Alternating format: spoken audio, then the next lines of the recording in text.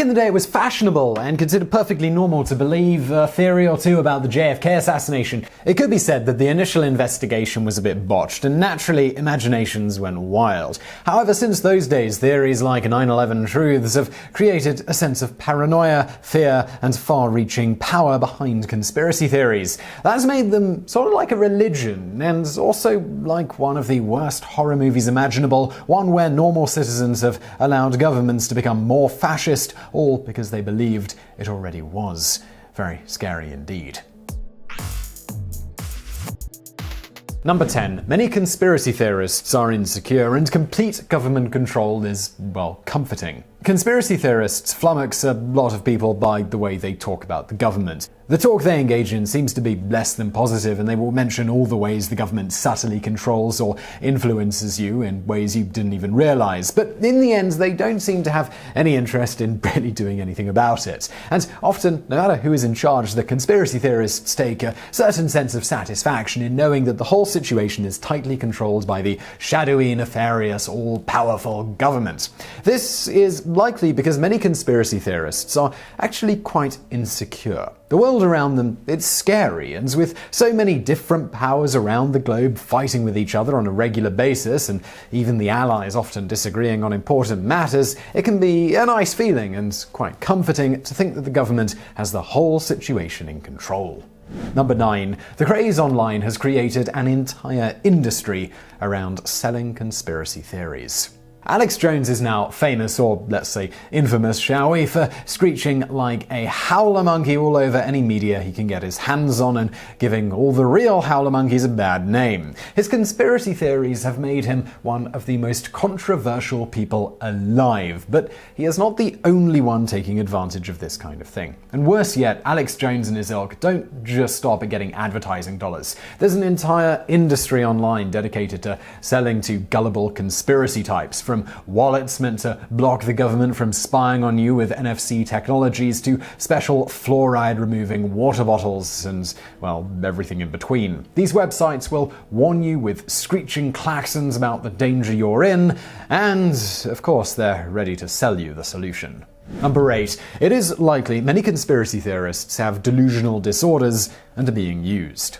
Now, we aren't saying that the average person who believes that 9/11 was perpetrated by the US government has schizophrenia, or even that someone with the belief in many irrational conspiracy theories necessarily does either, but there is an entire umbrella of delusional disorders, often called schizotypal, that display some delusional traits, but aren't actually showing anything close to full-blown schizophrenia or anything similar. People like Alex Jones, who have said that it's all an act to get views when he was trying to keep custody of his kids in court, likely understand all too well that people who have delusional disorders are easily taken in by conspiracies, but they take advantage of it because it's a way to get easy money. Jones and his ilk should be especially ashamed, because when it comes right down to it, they are taking advantage of people with what is perhaps a mild form of mental illness, and they're not only bilking them of their money, but helping the seed of a mental illness blossom into something that's potentially much more serious. Number 7. A single theory or two have snowballed into a vast overarching conspiracy. There are those who are happy to believe that the United States government almost entirely controls its citizens without them even realizing it, and also controls much of the world. But some of these theorists don't necessarily believe in any larger conspiracy than that, although that's a fairly big one. Many theories started quite US-centric and focused more on things like the Kennedy assassination and the 9/11 conspiracy. However, in more recent years, with global communication, things like the Illuminati have become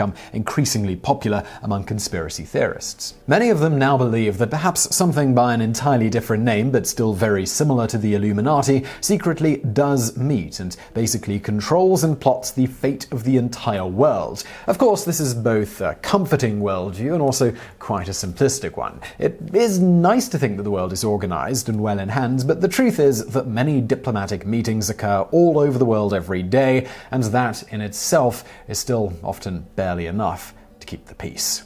Number 6. Ancient aliens has helped people lose their sense of reason by misleading people.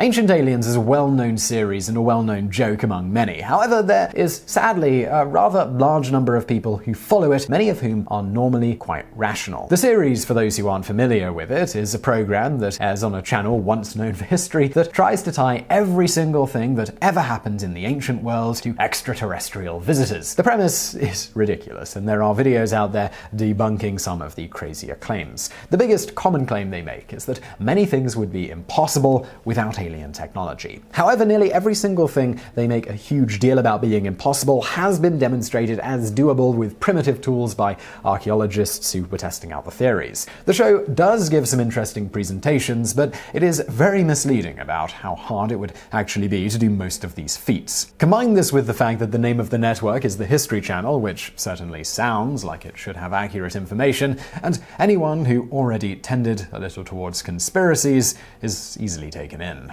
Number 5. Politicians love using conspiracy theories to their advantage. While it may be a political risk to push a conspiracy theory too hard, a politician can also make just the right suggestions about how it's okay to ask questions and then get their followers and commentators to do most of the dirty work for them. Conspiracy theories about their opponent or their opponent's policies are a great way to gin up a crowd and get them to the polls. Even if the politician using the theories to their advantage knows they are not true, it hardly matters because an advantage is an advantage. The fires of this sort of thing are easy to stoke, and once lit, the truly delusional people who get their hooks on the idea will never let it go. They can be asked to back off by the person who started the slanderous theory, but by then it will have taken on a life of its own. This sort of tactic is a great way to create an aura of distrust around your opponent and get dangerously unstable people set against them while avoiding too much scandal in the media for your own actions. Number 4. Once a conspiracy theorist believes something, it's practically set in stone. One of the most difficult things about the modern conspiracy movement is how hard it is to ever get a theorist to give up an idea. Whether it's the moon landing conspiracy, the 9/11 conspiracy, or something similarly outlandish, with the internet so quickly ready to reaffirm the craziest belief possible, even a village of people who actually know the person might not be enough to bring them down from their conspiracy delusion. It is made worse by the fact that the internet can not only act as an echo chamber, but also provides reams of very convincing arguments about the most ridiculous beliefs imaginable. Almost any evidence you provide will be countered with a non sequitur, and if you provide evidence that is insurmountable, they will somehow claim that the government created it. Number 3. Conspiracy theorism is practically becoming a religion. One thing you may hear from some conspiracy theorists when you do manage to actually get on the same page and present evidence they truly cannot ignore is that they choose to believe the theory anyway, despite what you just showed them. They have no argument against it, and they aren't trying to say what you showed them was wrong, they just believe whatever they want anyway because their belief in grand conspiracies and government control makes them feel comfortable and safe in this crazy world, like we've already mentioned. And so the movement starts to resemble a religion more and more every day, as conspiracy theorists become connected and ignore evidence in order to believe that the government controls everything. And the sad truth is, the movement of theorists is getting to a dangerous place. But it didn't always used to be this way. Theorists used to be more honestly concerned about government control and saw the increase as a bad thing. They weren't looking so hard to see things that weren't there and were more likely to be evidence-based in their beliefs. For example, many of the old Kennedy theories went to great lengths to be as scientific as possible. Today, theorists seem more concerned with forcing the facts to fit a greater narrative than with finding actual facts, all so that they can discover the real truth, like the theorists of old. Number 2. People can be easily duped by experts, and, well, so can the experts themselves. One of the most enduring pieces of evidence used by 9/11 truthers is that a whole bunch of structural engineers signed a document claiming that the whole thing was just impossible based on the official story due to structural integrity, the heat of jet fuel, etc. This has caused more people to be taken in by the entire conspiracy. What we're saying is that even experts can make mistakes in evaluating information. And we should point out here that there are many more experts who say that the official story does make sense. However, conspiracy theories will gladly throw that kind of logic to the wind because it doesn't fit in the narrative. Some will scoff and say the majority of scientists are dumb sheep, and others will claim that they were under the thrall of the government. Only those who agreed with them could possibly be intelligent and independent. Right? Number 1. Leaving the belief in a conspiracy can be like leaving a cult.